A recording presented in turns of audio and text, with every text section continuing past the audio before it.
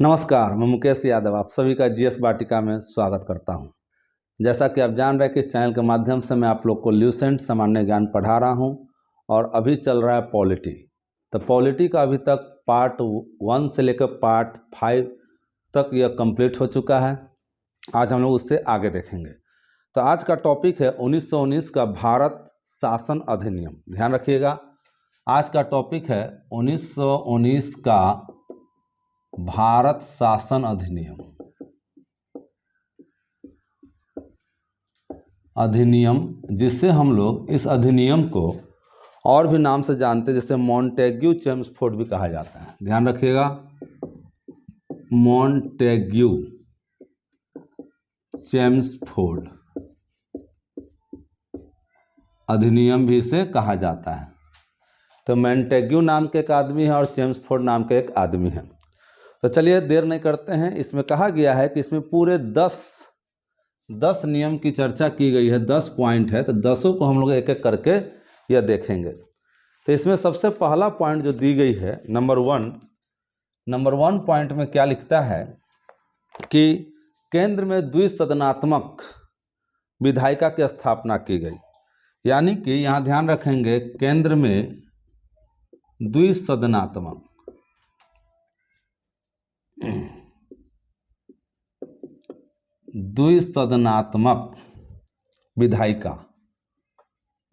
विधायिका की स्थापना की गई।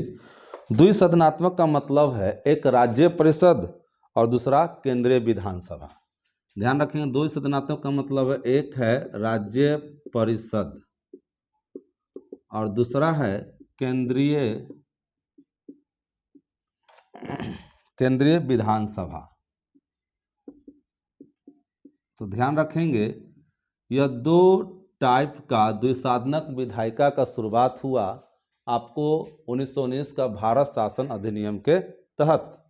अब कहा जाता है, इसे कहा गया बड़ा भाई, ऐसे कहा गया छोटा भाई। जिस तरह से आज के डेट में हम लोग पढ़ते हैं लोकसभा और राज्यसभा, तो इसमें कहा गया कि इसमें जो है राज्य परिषद में यह 60 आदमी को इसमें चुना गया। यानी कि इसमें सदस्यों की संख्या कितनी आप समझ सकते हैं। सदस्य की संख्या इसमें कितना होगा, मैक्सिमम तो 60 होगा।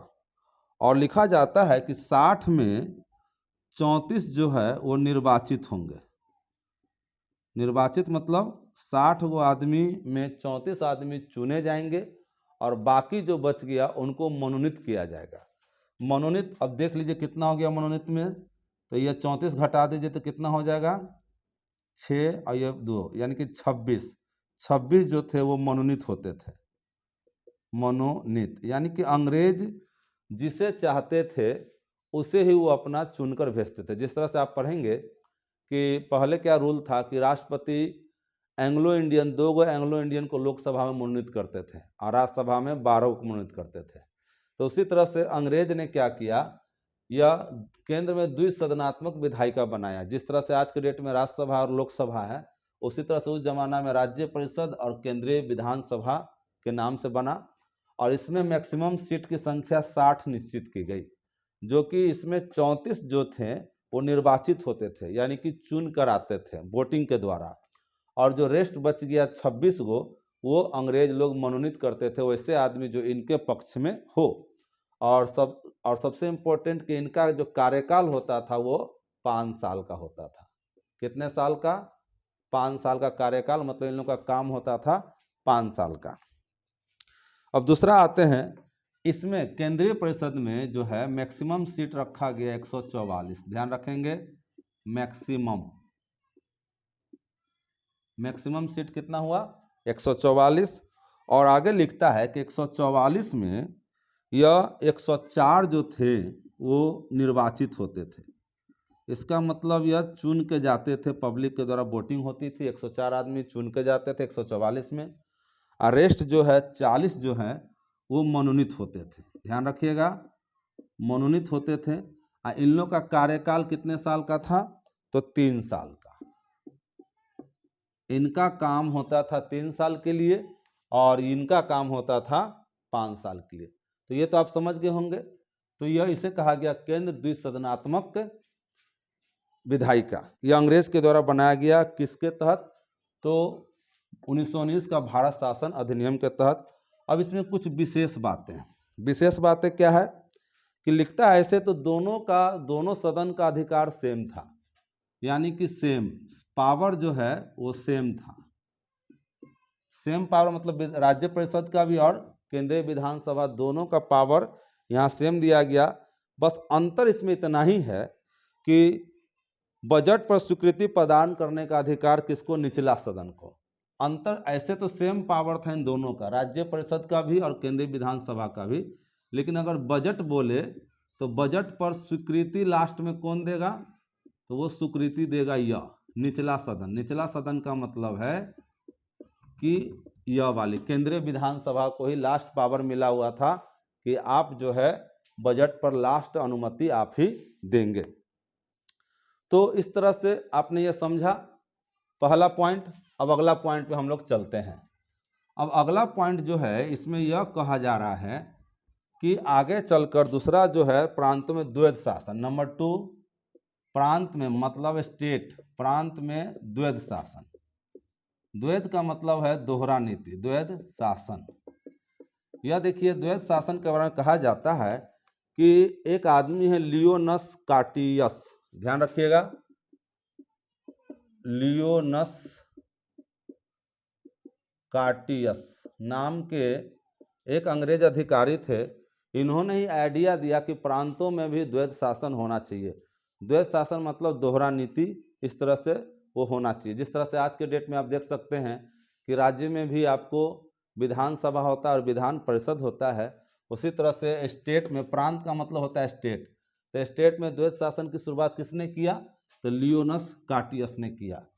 यह उसके बाद आता है नंबर 3। नंबर 3 पॉइंट में कहता है कि इसके तहत प्रांतीय विषयों को 2 उपवर्गों में बांटा गया। यानी कि स्टेट में जो है प्रांत का जो विषय है, प्रांत के जो विषय है, प्रांत विषय को कितने भागों में बांटा गया? 2 पार्ट्स में। ध्यान रखेंगे 2 पार्ट्स, एक का नाम है आरक्षित और एक का नाम है, एक है आरक्षित और दूसरा जो है हस्तांतरित। हस्तांतरित, ध्यान रखेंगे। तो प्रांत के जो सब्जेक्ट हैं, जो विषय हैं, उसको इन्होंने 2 भागों में बांटा। एक का नाम रखा आरक्षित और एक का नाम रखा हस्तांतरित। अब आरक्षित में कौन कौन आते हैं और हस्तांतरित में कौन कौन आते हैं, तो मैं आपको यह बोल देता हूँ, थोड़ा सुनिएगा गौर से। आरक्षित में आता है वित्त, भूमि कर, अकाल सहायता, न्याय, पुलिस, पेंशन, आपराधिक जनजातियाँ, छापाखाना, समाचार पत्र, सिंचाई, जलमार्ग, खान, कारखाना, बिजली, गैस, बॉयलर, श्रमिक कल्याण, औद्योगिक विवाद, मोटर गाड़ियाँ, छोटे बंदरगाह और सार्वजनिक सेवाएं, ये सभी आता है आरक्षित में। अब हस्तांतरित में देख लीजिए, इसमें लिखा गया शिक्षा, पुस्तकालय, संग्रहालय, स्थानीय स्वायत्तता शासन, चिकित्सा सहायता, सार्वजनिक निर्माण विभाग, आबकारी, उद्योग, तौल तथा माप, सार्वजनिक मनोरंजन पर नियंत्रण, धार्मिक तथा अग्रहार दान, ये आता है आपको हस्तांतरित में। अब उससे आगे चलते हैं चौथा पॉइंट। चौथा पॉइंट में कहा गया है कि भारत में भारत सचिव को अधिकार दिया गया कि आप एक नया पद का निर्माण कीजिए। ध्यान रखेंगे, भारत सचिव को अधिकार मिला, इनको एक अधिकार मिला कि भारत में एक नया पद का निर्माण कीजिए। और वो नया पद कौन था? नया पद, तो इन्होंने यह नया पद का निर्माण किया जिसका नाम दिया भारत में महालेखा परीक्षक की नियुक्ति। ध्यान रखेंगे, महालेखा परीक्षक की नियुक्ति, यानी कि यह महालेखा परीक्षक की नियुक्ति का पावर किसको दिया गया? तो भारत सचिव जो थे उनको दिया गया। और आपने पिछले क्लास में पढ़ा है कि भारत सचिव पद इसलिए बनाया गया क्योंकि भारत की सारी जानकारी जो इंफॉर्मेशन है वो ब्रिटेन के संसद को यह पहुंचाएगा, यह वाली बात। जैसे आप देख लीजिए शादी विवाह में क्या होता है, एक अगुआ होता है बीच में, कि लड़की वाला का इंफॉर्मेशन लड़का वाला को डायरेक्ट नहीं बोलता है, बल्कि लड़की वाला अगुआ को बोलता है, फिर अगुआ लड़का वाला को बोलता है। उसी तरह से अगर लड़का वाला को कुछ कहना हो तो वो अगुआ को बोलता है, फिर अगुआ लड़की वाला को बोलता है। उसी तरह से ये समझ लीजिए कि आपका यह अगुआ है, जो कि ब्रिटेन का कोई मैसेज देना अगर हो कंपनी को, अंग्रेज को, तो इसके द्वारा देंगे, या अंग्रेज वाला कोई सलाह लेना है तो इसके द्वारा लेकर वो उसको देंगे। तो इस तरह से यह पद, तो इनको यह पावर दिया गया कि महालेखा परीक्षक की नियुक्ति यह करेंगे।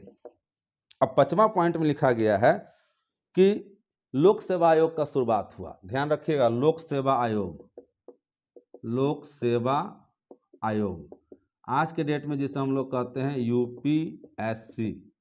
कहा गया कि एक व्यक्ति थे जिनका नाम था ली, तो इन्होंने ही आइडिया दिया था कि भाई आपको एक अधिकारी चाहिए, डीएम एसपी चाहिए, तो जो कि आपके पूरे राज्य को चलाए, देश को चलाए।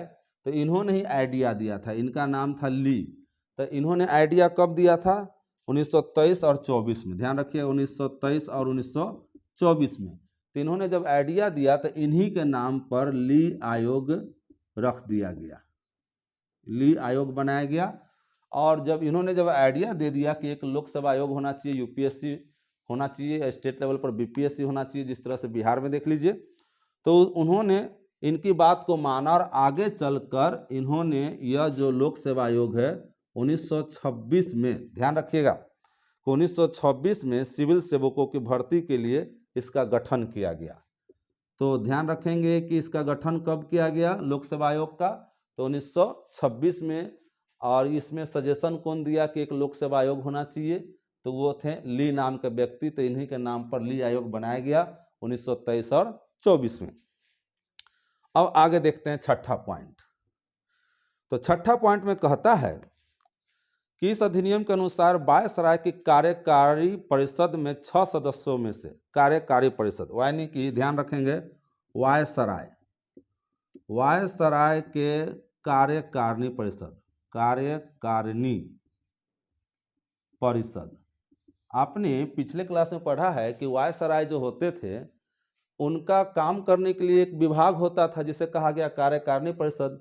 तो उस विभाग में लिखा गया है कि उस विभाग में आपको 6 सदस्य होते थे। कितने? 6 सदस्य होते थे।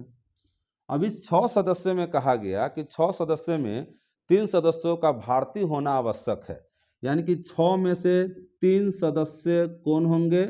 वो भारत के लोग होंगे, भारतीय लोग। ध्यान रखेंगे, यानी कि यह निश्चित किया गया कि जो वायसराय का जो विभाग है जिसे कहा गया कार्यकारिणी परिषद, इस परिषद में पूरे 6 सदस्य थे। तो 6 सदस्य में से 3 सदस्य भारतीय होना अनिवार्य है, जो कि, और आप ध्यान रखिएगा, कमांडर इन चीफ पद को छोड़कर, ध्यान रखना है। और उसके बाद है 7वां पॉइंट। अब 7वां पॉइंट में यह कहता है, लिखता है कि इसने सांप्रदायिक आधार पर सिख, भारतीय, ईसाई, आंग्ल भारतीय और यूरोपियों के लिए पृथक निर्वाचन के सिद्धांत को विस्तारित किया। यानी कि इन सभी को अब एक तरह का मान लीजिए आरक्षण दिया, सबका सीट रिजर्व कर दिया। अंग्रेज ने देखिए दिमाग लगा दिया कि पहले तो आपने पढ़ा कि हिंदू और मुस्लिम को बांट दिया, मुसलमान के लिए एक अलग से सीट रिजर्व किया, और उस सीट पर मुसलमान ही खड़ा होंगे और मुसलमान ही वोट करेंगे। देखिए अंग्रेजवा कितना तेज था। तो उसी तरह से आरक्षण दिया गया। अंग्रेज ने कहा कि और आगे बढ़ाइए।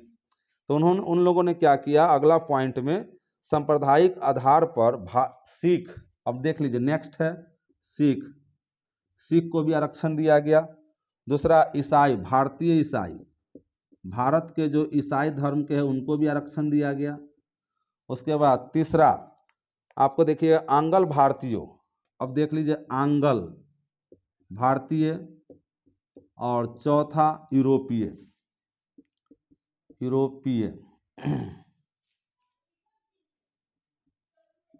यूरोपीय जो हैं उनके लिए भी पृथक निर्वाचन का सिद्धांत, यानी कि इन सभी के लिए निर्वाचन, सबका इलेक्शन में एक लोग खड़ा होंगे तो इन लोग का सीट को रिजर्व किया गया 1919 का भारत शासन अधिनियम के द्वारा। यानी कि अब जो सिर्फ पहले मुसलमान को सीट आरक्षित था, तो अब इसने कहा कि नहीं सिख के लिए भी सीट आरक्षित कीजिए, ईसाई के लिए भी सीट आरक्षित कीजिए, इसके अलावा आंग्ल भारतीय के लिए भी आरक्षित कीजिए, और यूरोपीय जो सदस्य उनके लिए भी आरक्षित कीजिए। वो लोग भी अब यहाँ पर इलेक्शन लड़ेंगे और अपना आगे काम करेंगे। तो इस तरह से इन लोगों ने यह काम किया, इसे सांप्रदायिक आधार कहा गया। ध्यान रखेंगे, इसको क्या कहा गया? सांप्रदायिक आधार, यानी कि जात के नाम पर इन लोगों ने बांटने का काम किया, जो कि आज भी यह देख सकते हैं यह इंडिया में अपना चल रहा है। तो इस तरह से आपने ये 7 पॉइंट देखा। अब आगे देखते हैं अगला पॉइंट अभी लोग क्या करते हैं। अब 8वां पॉइंट, 8वां पॉइंट में ये लिखते हैं कि इसमें पहली बार केंद्रीय बजट को राज्यों के बजट से अलग कर दिया गया। ध्यान रखिएगा, यानी कि केंद्र का बजट अलग, केंद्र का बजट अलग किया गया। किससे? राज्य के बजट से, के बजट से। तो ध्यान रखेंगे, पहले क्या होता था कि केंद्र और राज्य का बजट एक ही साथ होता था। इसमें ये पता नहीं चल पाता था कि केंद्र में कितना खर्चा हुआ और स्टेट पर कितना खर्चा हुआ। तो अंग्रेजों ने अब नया नियम बनाया कि चलिए भाई, अब इन दोनों को बांट दिया जाए कि केंद्र में कितना खर्चा और राज्य में कितना खर्चा। इस जैसे आप देखिएगा कि पहले आम बजट होता था और फिर बीच में रेलवे बजट अलग पेश होता था, आम बजट अलग पेश होता था। फिर मोदी जी आए तो उन दोनों को एक साथ कर दिए। तो पहले क्या होता था कि रेलवे में कितना खर्चा है इससे पता चल जाता था जब रेलवे बजट होता था, और आम बजट में यह पता चल जाता था। अब दोनों को इंक्लूड कर दिए तो कैसे जानिएगा। तो इन लोगों ने उल्टा किया कि यहाँ पर देख लीजिए, केंद्र और बजट पहले एक साथ पेश होता था, उसमें एक साथ केंद्र और राज्य का। लेकिन इन लोगों ने कहा कि नहीं, अब केंद्र का बजट अलग कीजिए और राज्य का बजट अलग कीजिए। तो 1919 का भारत शासन अधिनियम के तहत किया गया। अब देखिए 9वां पॉइंट, 9वां पॉइंट कहते हैं कि वैधानिक आयोग का गठन किया गया। ध्यान रखिएगा, कौन सा आयोग? वैधानिक आयोग का गठन, वैधानिक आयोग का गठन किया गया, जिसका कार्य 10 वर्ष बाद जांच करने के बाद, और इनका काम कितना साल के लिए? 10 साल के लिए। यानी कि एक नया आयोग बनाया गया, नया आयोग जिसका नाम है वैधानिक आयोग। कितने साल के लिए? 10 साल के लिए बनाया गया। और इसका काम क्या है भाई? तो अपनी रिपोर्ट प्रस्तुत करना, 10 वर्ष जांच करने के बाद अपनी रिपोर्ट प्रस्तुत करना।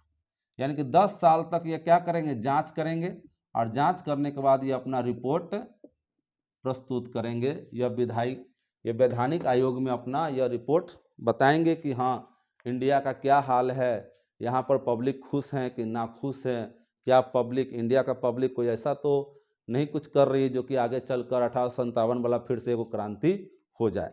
तो इस तरह से अंग्रेज लोग को बहुत सावधानी से यह अपना यह काम कर रहे थे। तो इस तरह से यह इन्होंने काम किया। और 10वां लास्ट जो है, यह 10वां पॉइंट में इन्होंने क्या किया, अब उसको देखते हैं। इस अधिनियम में केंद्रीय विधानसभा में वायसराय का अध्यादेश जारी करने की शक्ति को निम्न रूप में बनाए रखा। देखिए, अध्यादेश आपने पढ़ा कि वायसराय का अध्यादेश, वायसराय का अध्यादेश जो है जारी रखा। मतलब वायसराय को यह पावर दिया गया कि आप जो है वीटो पावर लगा सकते हैं, अध्यादेश जारी कर सकते हैं। तो अध्यादेश जारी करने के लिए इनको कुछ पावर दिया गया, इनकी इस पावर को खत्म नहीं किया गया। तो इसमें 4 बात इसमें लिखी गई अध्यादेश में। इन्होंने इसको 4 भागों में इसको डिवाइड किया, जिसको ABCD में हम यहाँ आपको प्रस्तुत करते हैं। तो सबसे पहले ए, तो ए में इन्होंने क्या कहा, कुछ विषयों से संबंधित विधेयकों को विचारार्थ प्रस्तुत करने के लिए उसकी पूर्व अनुमति आवश्यक है। यानी कि कोई बजट अगर आप कोई मान लीजिए कुछ पेश करना चाहते हैं तो उसके लिए आपको विधेयक, ध्यान रखिएगा, विधेयक, अगर आप चाहते हैं कि विधेयक हम पेश करें तो इसकी अनुमति आपको किससे लेना होगा? अनुमति आपको पहले किससे लेना होगा? तो साहब से लेना होगा, यानी कि वायसराय से आपको अनुमति लेना होगा, तभी आप कोई विधेयक पेश कर सकते हैं। नंबर 1। उसके बाद नंबर 2 में कहता है उसे भारतीय विधानसभा द्वारा पारित किसी विधेयक को वीटो करने या सम्राट के विचार के लिए आरक्षित करने की शक्ति दी गई। यानी कि देख लीजिए अब बी में क्या कहता है, बी में यह कह रहा है भारतीय विधानसभा द्वारा पारित विधेयक। मान लीजिए कि विधानसभा पारित कर दिया, पारित क्या कर दिया, विधेयक को पारित कर दिया। अब जब विधेयक को पारित कर दिया तो लास्ट सिग्नेचर के लिए तो जाएगा। अब जैसे अपने यहाँ क्या नियम है, अपने यहाँ नियम है कि मान लीजिए लोकसभा और राज्यसभा मिलकर कोई बजट पेश पारित कर दिया। सपोज कीजिए, मान लीजिए कि मोदी जी कहें कि अब जितने भी बेरोजगार बच्चे हैं उन सभी को 5,000 रुपया हर महीना उनके खाता में चला जाएगा जब तक वो बेरोजगार रहेंगे। तो मान लीजिए कि लोकसभा और राज्यसभा ने पास कर दिया। अब जब यह गया राष्ट्रपति के पास तो राष्ट्रपति जब इस पेपर को देखे तो उन्होंने सिग्नेचर करने से मना कर दिया या कुछ दिन के लिए रोक दिया कि हमको इस पर थोड़ा विचार विमर्श करने दिया जाए। तो ठीक उसी तरह से अगर विधानसभा पारित हो जाती है और विधानसभा वाले मान लीजिए लोग मिलकर कोई कानून पारित कर दिए, तो पारित ये लोग तो कर दिए लेकिन वो अब जाएगा कहाँ, वायसराय के पास। और वायसराय जब तक सिग्नेचर नहीं करेंगे तब तक उपाय नहीं है। तो वायसराय के पास जब पारित विधेयक जाएगा, ध्यान रखिएगा हमने यहाँ क्या लिखा है, पारित विधेयक। अब किसके पास गया, वायसराय के पास। और वायसराय के पास जब गया तो इनको पावर है कि वो रोक सकते हैं उस कानून को बनने से। तो उस स्थिति में वो वीटो पावर लगाएंगे, वीटो पावर लगाएंगे, या ये कहेंगे कि हम राजा से पूछ के बताएंगे, यानी कि सम्राट के विचार के लिए, सम्राट के विचार।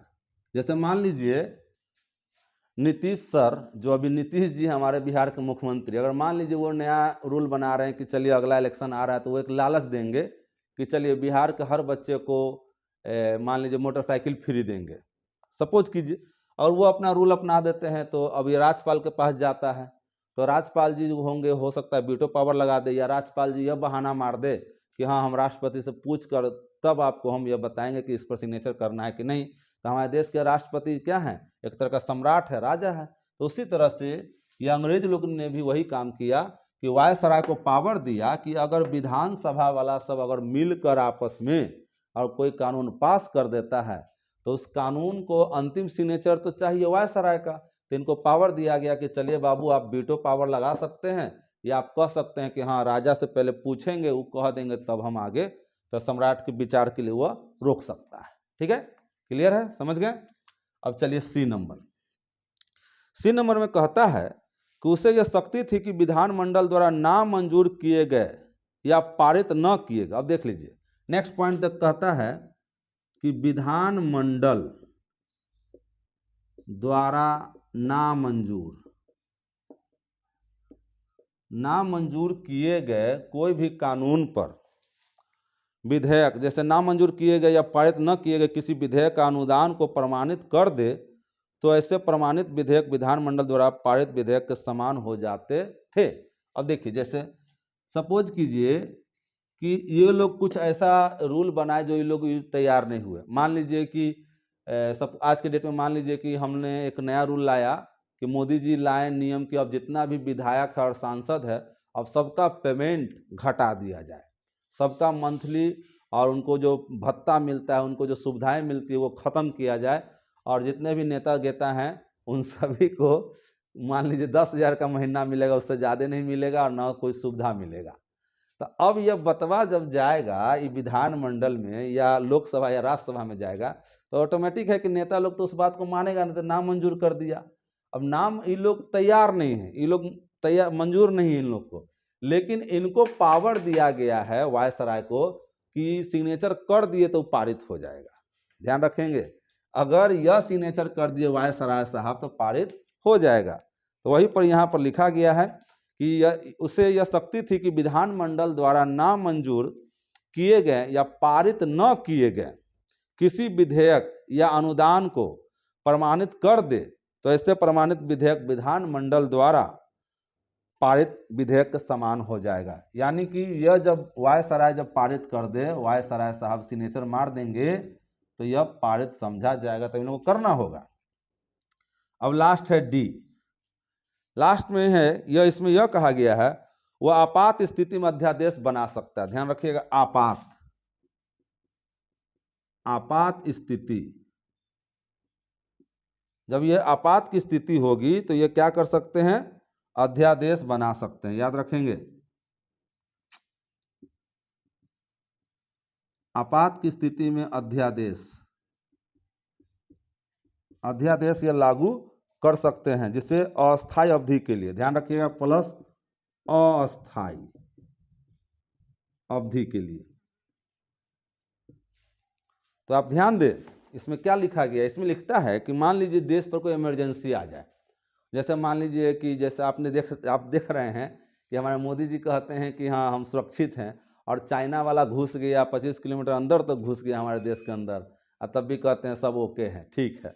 अब बतलाइए, तो उसी तरह से अगर आपात की स्थिति आ जाए, आपात मतलब हो सकता है भूकंप आ जाए देश में, या ज्वालामुखी फट जाए, या कोई दूसरा देश हम लोग पर हमला कर दे, या आपस में ही हम लोग कोई राज्य आपस में लड़ झगड़ ले, तो उस स्थिति में आपात। और आप पढ़े हैं कि राष्ट्रपति को 3 गो आपात का शक्ति दिया गया है अपने संविधान में, जो कि राष्ट्रीय आपात है, वित्तीय आपात है और राष्ट्रपति शासन है।